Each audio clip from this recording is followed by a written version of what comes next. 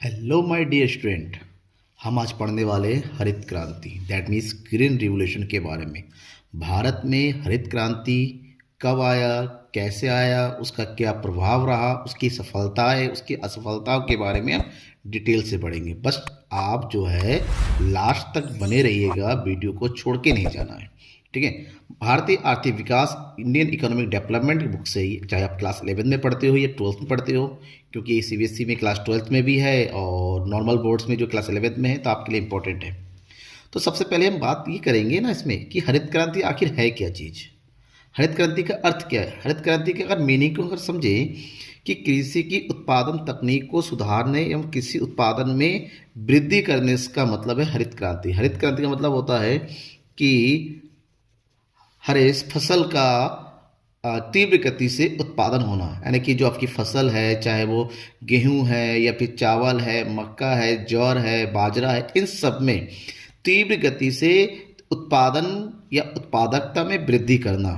तो मतलब ये हुआ कि जब भारत की आज़ादी हुई 1947 को, उसके बाद तब ये देखा गया भारत की कृषि की स्थिति बहुत ही ज़्यादा दयनीय थी। तो ज़रूरत है कि कृषि स्थिति को सुधारा जाए। तो 1947 से लेके 1966 का समय ऐसा था जब हम परंपरागत कृषि की से हम कृषि करते थे, मतलब नॉर्मली के जो है बारिश के ऊपर इस तरह से टेक्निक का यूज़ करना शुरू नहीं किया था। लेकिन 1966-67 के बाद की जो टाइम हुआ उसमें सुधार हुआ, रिफॉर्म्स हुए और कृषि में जो है तकनीक का प्रयोग किया जाना शुरू हो गया। और जो खाद्यान्न की समस्या थी, क्योंकि 1947 में सबसे बड़ी प्रॉब्लम थी कि हमारे देश की आबादी का पेट भरना, किस प्रकार से पेट भरा जा सके। तो उसके लिए तो उत्पादन चाहिए ही है, क्योंकि हम उस समय सबसे ज़्यादा हम आयात करते थे गेहूं चावल का, ताकि अपने देश की ज़रूरतों को पूरा किया जा सके। लेकिन गवर्नमेंट ने सोचा कि जो चीज़ हम आयात करते क्यों ना उसका उत्पादन देश के अंदर ही किया जाए। लेकिन सबसे पहले शुरुआत किससे हो? कृषिगत उत्पादों की। तो कृषि के विकास के लिए हरित क्रांति की रणनीति को अपनाया गया और इस रणनीति को अपनाने वाले थे सबसे पहले विश्व में थे नॉर्मन ई बोरलॉग, जो कि जिसको विश्व के हरित क्रांति का जनक कहा जाता है। लेकिन भारत में इसको लाने का श्रेय जाता है एम एस स्वामीनाथन को।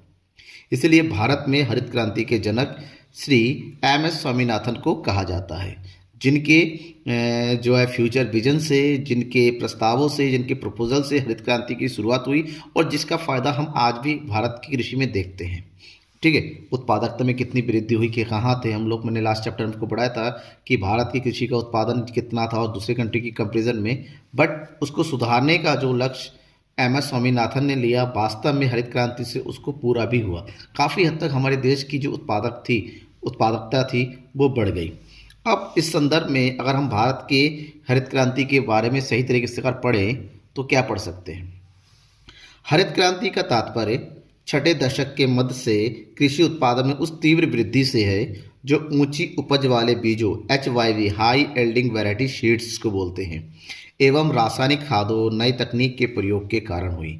अचानक जो वृद्धि हुई ऐसी नहीं हुई, उसमें एक रणनीति अपनाया गया, एक पूरा का पूरा एक के प्रोसेस अपनाया गया, जिसमें हम यूज़ क्या करते थे, हाई क्वालिटी के बीजों का, उन्नत बीजों का, जिसमें हम तकनीक का प्रयोग करने लगे, सिंचाई की सुविधाओं में वृद्धि हुई, ठीक है ना। साथ ही साथ रासायनिक, सबसे इंपॉर्टेंट चीज़ केमिकल फर्टिलाइज़र का, रासायनिक खादों का प्रयोग करना शुरू हुआ। और रासायनिक खादों के प्रयोग करने से जो कीड़े वगैरह लगते थे, पूरा फसल बर्बाद हो जाया करती थी, या फिर जो खरपतवार यानी कि घास फूस उगाती थी उस सबको मारने में फ़ायदा मिले, इससे प्रोडक्टिविटी बढ़ी। ऐसे में हमें ये समझना होगा जो हरित क्रांति हम बार बार पढ़ रहे हैं, उस हरित क्रांति के मुख्य तत्व क्या, आखिर क्या क्या ऐसा था हरित क्रांति के अंतर्गत। तो अगर हम प्रमुख पॉइंट को अगर देखें तो उसमें कुछ पॉइंट 10-11 पॉइंट इस तरह से है जिसमें हरित क्रांति को आगे बढ़ाने के लिए सबसे ज़्यादा योगदान दिया। सबसे पहला था अधिक उत्पादन देने वाले उन्नत बीजों का प्रयोग, यानी कि HYV बीज। पहले क्या था ना, जो किसान थे अपने खेतों में जो पैदा हुआ, प्रोडक्शन हुआ, उसी को बीज की तरीके से रख देते थे। लेकिन एक्चुअली में उसकी नहीं, ज़रूरत थी हाई क्वालिटी की बीज, यानी कि ऐसे जो लैब में टेस्टेड हुआ या फिर जिसकी क्वालिटी बहुत अच्छी थी। तो यहाँ पर उन्नत बीजों का प्रयोग करना शुरू किया गया गवर्नमेंट के थ्रू। फिर रासायनिक खादों का अधिक से अधिक प्रयोग को प्रोत्साहन दिया कि नॉर्मली पहले परंपरागत गोबर की खाद से या फिर ऐसे बिना खाद के ही भगवान भरोसे खेती चलती थी। कि बाद में कीड़े मकोड़ों से, खरपतवार से बचाने के लिए या फिर प्रोडक्टिविटी को बढ़ाने के लिए रासायनिक खादों का प्रयोग करना शुरू कर दिया गया। सिंचाई की सुविधाओं का विकास किया गया ताकि टाइम से सिंचाई किया जा सके। पहले जो है या फिर नहरें बहुत कम थीं या फिर बारिश के पानी के ऊपर ही डिपेंडेंट थी। फिर सरकार ने जो है नहरें खुदवाई, नलकूप लगवाए, ठीक है ना, कुएँ खुदवाए ताकि खेती का सिंचाई अच्छे समय पर किया जा सके, क्योंकि समय पर सिंचाई होना हमेशा उत्पादकता को बढ़ाता है। कृषि यंत्रीकरण को बढ़ावा, कृषि में जो यंत्रों का प्रयोग करना, चाहे हम ट्रैक्टर कहें, कल्टीवेटर कहें या फिर उन्नत हलों का प्रयोग कहें, ठीक है ना। आज के टाइम में आपने देखा कि बड़े बड़े जो मशीनों का यूज़ किया जाने लगा है, जिसमें कंबाइन हो गया, रोटावेटर हो गया, ठीक है ना। तो कृषि में जो है मशीनों का प्रयोग करना शुरू को बढ़ावा दिया गया ताकि जो खेती है वो जो हमारे जो हाथ से, कुल्हाड़ी से या फिर लकड़ी के हलों से किया जाता है उसको बदला जा सके। कीटनाशक दवाओं का प्रयोग ताकि पौधों को, फसलों को जो है कीड़े मकोड़ों से बचाया जा सके। और पौध संरक्षण नीति को अपनाया गया ताकि जो पौधे हैं, जो पौध होता है उसको बचाया जा सके। कृषि शोध एवं वैज्ञानिक कृषि को बढ़ावा दिया कि नॉर्मली पहले कहते हैं कि खेती वही करता है जो अनपढ़ गंवार हो, या फिर किसानों को अनपढ़ गंवार कहा जाता, गरीब कहा जाता। लेकिन नॉर्मली क्या है ना, खेती एक के जो है ना वैज्ञानिक तरीके से होना चाहिए था और सरकार ने जो है वैज्ञानिक कृषि को बढ़ावा दिया, मतलब पर शोध के साथ रिसर्च करते हुए बहुफसली कार्यक्रम को प्रोत्साहन दिया। पहले धान फिर गेहूं, ऐसा नहीं, बहुफसली एक साथ एक ही फील्ड में अलग तरीके की फसलों को उगाया जा सके, ठीक है ना। उस चीज़ को बढ़ावा दिया ताकि किसानों को अपने पेट के साथ साथ कुछ लाभ की प्राप्ति, पेट भरने के साथ साथ लाभ की प्राप्ति भी हो सके। कृषि विपणन सुविधाओं का विकास, जो अनाज होता था या फिर कोई फसल है, सब्जी वगैरह होती थी, इसको सही टाइम पे बेचा जा सके, इसके लिए विपणन सुविधाओं का विकास किया। क्यों? चलो मान लीजिए प्रोडक्शन में वृद्धि होगी। अब प्रोडक्शन में वृद्धि होने से क्या होगा, उसको अच्छे दाम भी तो मिलने चाहिए। उसके लिए विपणन सुविधा यानी कि मंडियों का या फिर यूँ कहें दुकानों का, ठीक है, आयातकों का बढ़ाया जाना जरूरी था।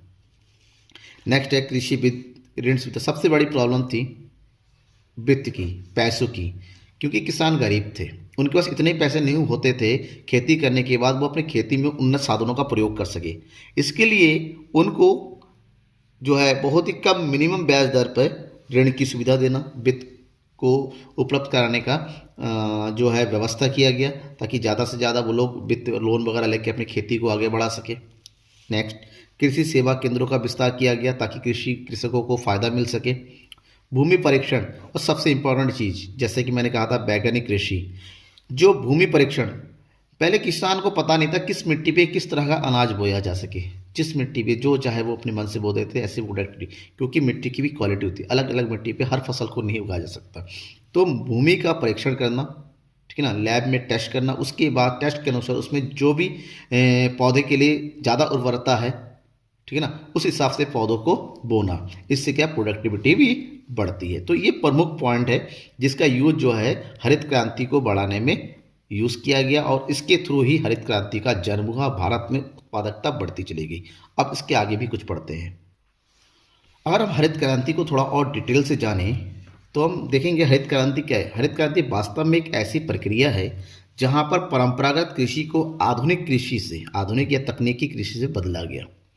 परंपरागत कृषि का समय था 1950-51 से 1965-66, जहाँ पर जो है बिल्कुल और बिल्कुल पुरानी तरीक़ों से, पुरानी तकनीक से खेती की जाती थी। अब वहाँ पर मशीनों का प्रयोग किया जा रहा, अच्छे बीजों का प्रयोग किया जाने वाला, और ये समय था 1966 से लेकर 1997 के बीच। अभी भी हो रहा है, लेकिन ये जो समय वृद्धि हुआ, एक्चुअली में हरित क्रांति का जो शुरुआत हुई वो शुरुआत हुई 1965-68 के बीच में, ठीक है ना, जब प्रोफेसर स्वामी एम एस नाथन ने अपने जो है पॉलिसी को सरकार के सामने रखा, सरकार ने उसको प्रोत्साहन दिया और इसको 2 चरणों में आगे बढ़ाया गया। पहला चरण जो था 1966-67 से लेके 1980-81 तक, जहाँ पर फसलों को, अनाजी फसलों को उत्पादन को बढ़ावा दिया गया। उसके बाद का जो दूसरा चरण था वो 1980-81 से 1996-97 का था। तो 2 चरणों में कृषि का विकास हुआ, हरित क्रांति का जन्म हुआ। ठीक है ना। अब अभी भी मैं कहूँ कि वास्तव में आधुनिक समय के हिसाब से देखते हुए एक और हरित क्रांति की ज़रूरत है। ठीक है ना। अब ये जो प्रोसेस हुआ, सबसे ज़्यादा इसका जो विकास हुआ हरित क्रांति का, वो कहाँ का हुआ? पंजाब में। ठीक है ना। पंजाब में, हरियाणा में, यूपी में, बिहार, मध्य प्रदेश, आंध्र प्रदेश, तमिलनाडु, इन राज्यों में हुआ। बाकी राज्यों में इसका विस्तार थोड़ा कम ही हुआ। अब थोड़ा आगे बढ़ते हैं। और बेसिकली हरित क्रांति के अंतर्गत प्रमुख जो फसलें थी जिसका उत्पादकता में वृद्धि हुई, इसमें है गेहूँ, मक्का, बाजरा, चावल और जौर, 5। बाद में गन्ने का भी इसमें शामिल किया गया और गन्ने की प्रोडक्टिविटी काफ़ी हद तक बढ़ गई, क्योंकि गन्ने को एक व्यावसायिक फसल के रूप में उत्पादन किया जाने लगा। नॉर्मली अनाजी फसल ये 5 थी जिसका उत्पादन हरित क्रांति के अंतर्गत बहुत तेज गति से हुई। ठीक है। अब बात करते हैं हरित क्रांति, तो हमें समझ में आ गया हरित क्रांति के मतलब होता उत्पादकता में वृद्धि होना तीव्र गति से। अब हरित क्रांति को अपनाने से, ये पॉलिसी अपनाने से एक्चुअली में क्या सफलता हमारे हाथ लगी? तो अगर सफलताओं की बात करते हैं तो पॉइंट टू पॉइंट पढ़ते हैं। सबसे पहले हरित क्रांति की सफलताओं में कृषि उत्पादन में वृद्धि। हरित क्रांति का सबसे पहला फायदा ये हुआ कि कृषि का उत्पादन जहां पर बहुत ही निम्न स्तर का था भारतीय कृषि का, वो उत्पादकता बढ़ गई। आरंभ में इसका जो विकास हुआ गेहूं, चावल, जौर, बाजरा और मक्के के साथ हुआ, और सबसे ज़्यादा जो विकास हुआ उत्पादकता में वो गेहूं का हुआ। इसलिए इसको एक तरीके से गेहूं की क्रांति भी कहा जाता है, क्योंकि गेहूं को यहाँ पर पुराने समय 3 गुना अधिक तेजी से इसकी वृद्धि हुई। कैसे, अभी समझते हैं। पॉइंट नंबर 2, उत्पादन में वृद्धि हुई। अब कृषि उत्पादकता भी बढ़ी। प्रोडक्टिविटी, पर हेक्टेयर प्रोडक्टिविटी की बात करें चावल की, 1960-61 में चावल का प्रोडक्शन हुआ था 1 हेक्टेयर में 1013 किलो, जबकि यही उत्पादकता बाद में हरित क्रांति के कारण 2013-14 में बढ़ के हो गई 2419 केजी, लगभग 2 गुना प्रोडक्टिविटी बढ़ी। क्यों? क्योंकि पहले परंपरावादी खेती होती थी, बाद में आधुनिक मशीनों, आधुनिक तरीके से खेती होने लगी। वहीं पर अगर गेहूं की बात करें 1960-61 में 1 हेक्टेयर में 851 केजी का ही उत्पादन होता था केवल। बाद में हरित क्रांति के कारण, ठीक है ना, इसका जो उत्पादन शुरू हुआ 2013-14 में 3059 किलो पर हेक्टेयर में, लगभग कितना, देखिए 4 गुना। ठीक है ना, 3 से 4 गुना में वृद्धि हुई, यानी कि काफ़ी हद तक हमारी प्रोडक्टिविटी बढ़ गई हरित क्रांति के कारण।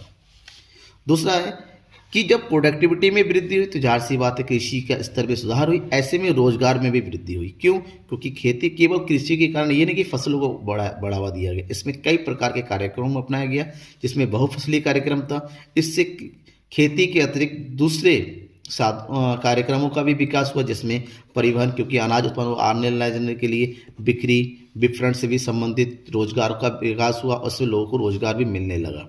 ठीक है ना। नेक्स्ट है कृषि लाभ में वृद्धि। पहले लोग जो खेती करते ना, केवल निर्वाह खेती करते, मतलब केवल अपना पेट भर जाए वही इनफ होता है। लेकिन बाद में, ठीक है ना, लोगों ने देखा कि खेती से भी लाभ कमाया जा सकता है अगर उत्पादकता को बढ़ाया जाए तो उत्पादकता को बढ़ाया गया। अपनी फसल को जो है खेती के तरीकों को बदला, और वही निर्वाह कृषि व्यावसायिक कृषि में बदलती चली गई। यानी लोगों ने खेती को एक एज ए लाभ लेना शुरू कर दिया।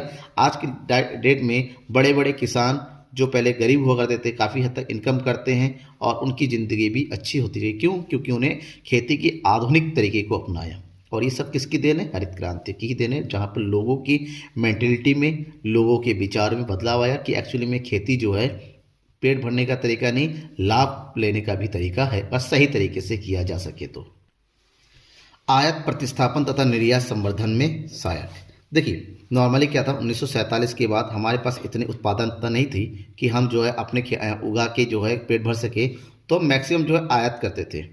बाद में उत्पादकता में वृद्धि की गई और ये अपनाया गया कि जो आयात करते उसकी जगह ऐसी वस्तु का उत्पादन किया जाए ताकि वस्तु का आयात न किया जा सके। तो हमने आयात प्रतिस्थापन की जोर दिया। ऐसे कृषि में जैसे गेहूं का आयात करना पड़ता है, एक समय मैं कहूं भारत ने ऐसे समय लगभग 1960-61 का टाइम था जहां पर हमारे यहाँ पर खाने की बड़ी कमी हो गई थी। अकाल भी बड़ा तीव्र पड़ा था, बंगाल का अकाल पड़ा था 1962 में, तो खाने के लाले पड़ गए थे। तो भारत ने ऑस्ट्रेलिया से जो गेहूँ मंगाया था, तो कहते हैं कि एक इतनी खराब क्वालिटी का गेहूँ आया जो वहाँ के सुअर खाते थे, वो गेहूँ हमें भेजा गया। सोचिए, तो उसी को देखते हुए इंडिया की गवर्नमेंट ने कहा कि हम गेहूं को मंगाने की जगह हमारे यहाँ पर प्रोडक्टिविटी को बढ़ाए। उसी का नतीजा था, बहुत सारी सीख थी कि लोगों के सामने जब ठोकर लगती है तभी जीना सीखते हैं, ठीक है ना। जब तक किसी को ठोकर ना लगे वो चलना भी कोशिश नहीं, मेहनत ही नहीं करता है, ठीक है ना। तो रास्ते में कांटे भले ही बहुत ज़्यादा हो लेकिन चलने की कोशिश करना जरूरी है। तो भारत की सरकार ने भी अपने कठिनाइयों को देखते हुए ये देखा कि गेहूं का उत्पादन हम खुद कर सकते हैं। उसी का नतीजा हुआ कि बाद में जो हम आयात करते थे अब निर्यात में भी इसको बताया, हम आज गेहूं का निर्यात भी करने लगे हैं। औद्योगिक विकास को प्रोत्साहन, ठीक है ना, क्योंकि उत्पादकता में वृद्धि हुई। अब उत्पादकता में वृद्धि होने का मतलब क्या है, यंत्रों का प्रयोग होने लगा, यंत्रों का उत्पादन जो है उद्योगों में होने लगा, ठीक है ना। कच्चे माल के उत्पादन में वृद्धि हुई, ऐसे में उद्योगों का भी विकास शुरू हो गया। आर्थिक विकास का आधार, क्योंकि भारत की जनसंख्या का सबसे बड़ा भाग जो है कृषि पर ही निर्भर थी। ऐसे में अगर उनकी आय में वृद्धि होती है तो देश का आर्थिक विकास भी होता है। और लास्ट है किसानों की समृद्धि। एट लास्ट अगर उत्पादकता बढ़ेगी तो किसानों की आय में वृद्धि होगी, किसानों की आय में वृद्धि होगी तो उसके जीवन स्तर में भी सुधार होता है, ठीक है। तो ये थी हरित क्रांति की सफलताएं। लेकिन हाँ, कहते हैं ना सफलताओं के पीछे कुछ असफलताएं भी होती हैं। तो हरित क्रांति की कौन कौन सी प्रमुख असफलताएं हैं उसको हमें जान लेना जरूरी है। तो सबसे पहली बात, सबसे पहले इसकी असफलता है क्योंकि इसकी लिमिटेशन रही है, वो है सीमित विस्तार। हरित क्रांति का विस्तार हर एक फसल और हर राज्य में एक जैसा नहीं हुआ। सबसे पहली बात तो मैं कहूँ कि हरित क्रांति का जो विस्तार हुआ वो केवल अनाजों में ही हुआ। अनाजी फसल जिसको बोलते हैं, जैसे गेहूँ है, चावल है, मक्का है, इनमें हुआ। जो दूसरे फसल है जैसे दाल, फूल, ठीक है ना, सब्जी, इनका विकास नहीं हुआ इससे। इसका मतलब ये, इससे केवल और केवल कुछ ही फसलों का विकास, सबका नहीं हो। कि खेती का मतलब केवल गेहूँ, अनाज, चावल नहीं होता है, बाकी चीज़ों भी खेती के अंदर, ऐसे में उनका विकास उतना ज़्यादा नहीं हुआ। दूसरा, सभी राज्यों तक इसका विस्तार नहीं हो। भारत में जितने भी राज्य, इसमें केवल कुछ ही राज्य, जिसमें सबसे प्रमुखता किसका नाम लिया जाता है, पंजाब, हरियाणा, उत्तर प्रदेश, बिहार, तमिलनाडु और आंध्र प्रदेश, मध्य प्रदेश, इन्हीं राज्यों तक इसका विकास सबसे ज़्यादा हुआ। क्योंकि यहाँ पर जो खेती थी पहले से ही अच्छी थी। यहाँ पर जो है खेती लायक जो सिंचित भूमि वो अधिक थी। यहाँ पर खेती के लायक जो है जलवायु भी अच्छी थी। यहाँ पर सिंचाई के साधन पहले से ही अच्छी थी। तो ऐसे क्षेत्र में इसका विकास सबसे ज़्यादा हुआ। जो दूसरे राज्य है जैसे उड़ीसा हुआ, कर्नाटक हुआ, केरल हुआ, ठीक है ना, ऐसे जगह पर इनका विकास उतना नहीं हुआ जितना एक्चुअली में होना चाहिए था। दूसरा, प्रतिकूल आर्थिक सामाजिक प्रभाव। ध्यान में रखिएगा, लोग कहते हैं कि हरित क्रांति से उत्पादकता में बढ़ी, सही बात बढ़ी, लेकिन इससे सबसे ज़्यादा फायदा उनका हुआ जिनके पास ज़्यादा खेती थी, यानी कि बड़े भूस्वामी हो। क्यों? क्योंकि उनका पहले से ही पूंजी अधिक थी, उनका पैसे अधिक थे। जब पैसे थे तो उन्होंने जो है तकनीक का यूज़ करना शुरू कर दिया, क्योंकि तकनीक मतलब मशीन, और मशीनों को खरीदने के लिए बहुत बड़ा पैसा चाहिए होता है। और छोटे किसान थे, उनको इतने पैसे थे नहीं ताकि वो आधुनिक बीजों का, मशीनों का प्रयोग कर सके। यानी कि जो विकास हुआ एक्चुअली में केवल और केवल कुछ ही लोगों का हुआ। उत्पादन में सीमित वृद्धि। उत्पादन में हरित क्रांति के अनुसार जितना वृद्धि होना चाहिए था उतना नहीं हुआ, क्योंकि केवल कुछ ही फसलों का विकास हुआ, बाकी फसलों का विकास इसके अंतर्गत नहीं हुआ। कृषि आदानों के आयात में वृद्धि, क्योंकि हरित क्रांति में सबसे ज़्यादा बल दिया गया तकनीकी मशीनों का प्रयोग के, और उतनी मशीन हमारे यहाँ पर उतनी नहीं बनती थी, लेकिन डिमांड बहुत ज़्यादा बढ़ गई। तो ऐसे में जो लोगों की मांग को पूरा करने के लिए जो आदान थे, जो साधन है, मशीनों का आयात करना शुरू कर दिया। ऐसे में धीरे धीरे भारत का जो इम्पोर्ट है वो बढ़ता चला गया। और सबसे इम्पोर्टेंट चीज़ बेरोजगारी। मैंने ये कहा था कि थोड़ी देर पहले सफलता में रोजगार बढ़े। एक तरफ रोजगार तो बढ़े, सही बात है, लेकिन बेरोजगारी भी काफ़ी हद तक बढ़ गई। क्यों? क्योंकि खेतों में मशीनों का प्रयोग किया जाने लगा। समझिए कैसे। मान लीजिए 2 एकड़ में धान लगा है। पहले 2 एकड़ को धान को काटने के लिए कम से कम 10 मजदूर की ज़रूरत थी। धान काटने के बाद उसको सुखाना है, बांधना है, फिर उसका जो है उसको जो है मड़ाई करना है, साफ़ करना है, फिर उसको तैयार करना है बेचने लायक। लेकिन मशीन आ गई, मशीन में आ गया थ्रेसर। पहले थ्रेसर आया, आज के टाइप में तो कंबाइन है। एक कंबाइन चला दो, कहीं 2 एकड़ धान काटने में कम से 2 दिन चाहिए होता 10 लोगों को। कंबाइन आ गया, 1 घंटे में 2 एकड़ का धान काट के तैयार, वो भी पूरा एकदम साफ करके।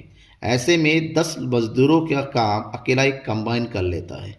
मतलब समझे, और कंबाइन चलाने के लिए क्योंकि कितने लोग चाहिए, 2 लोग, यानी कि 8 लोग हमारे बेरोजगार हो गए। इसका मतलब हुआ हरित क्रांति से तकनीक का प्रयोग हुआ, जहाँ तकनीक होता है वहाँ पर बेरोजगारी भी साथ ही साथ आती चली जाती है। ठीक है, समझ में आ गया हरित क्रांति के बारे में। मन में अभी भी कोई भी डाउट रहता है किसी भी तरीके का, बिल्कुल पूछिएगा। डाउट आपके मन में नहीं होना चाहिए, कमेंट बॉक्स में होना चाहिए, मैं उसको सॉल्व करने की पूरी कोशिश करूँगा। सब्सक्राइब नहीं किया है जरूर सब्सक्राइब करके रखिए और अपने दोस्तों के बीच में ज़्यादा से ज़्यादा शेयर कीजिए। Thank you everyone, bye.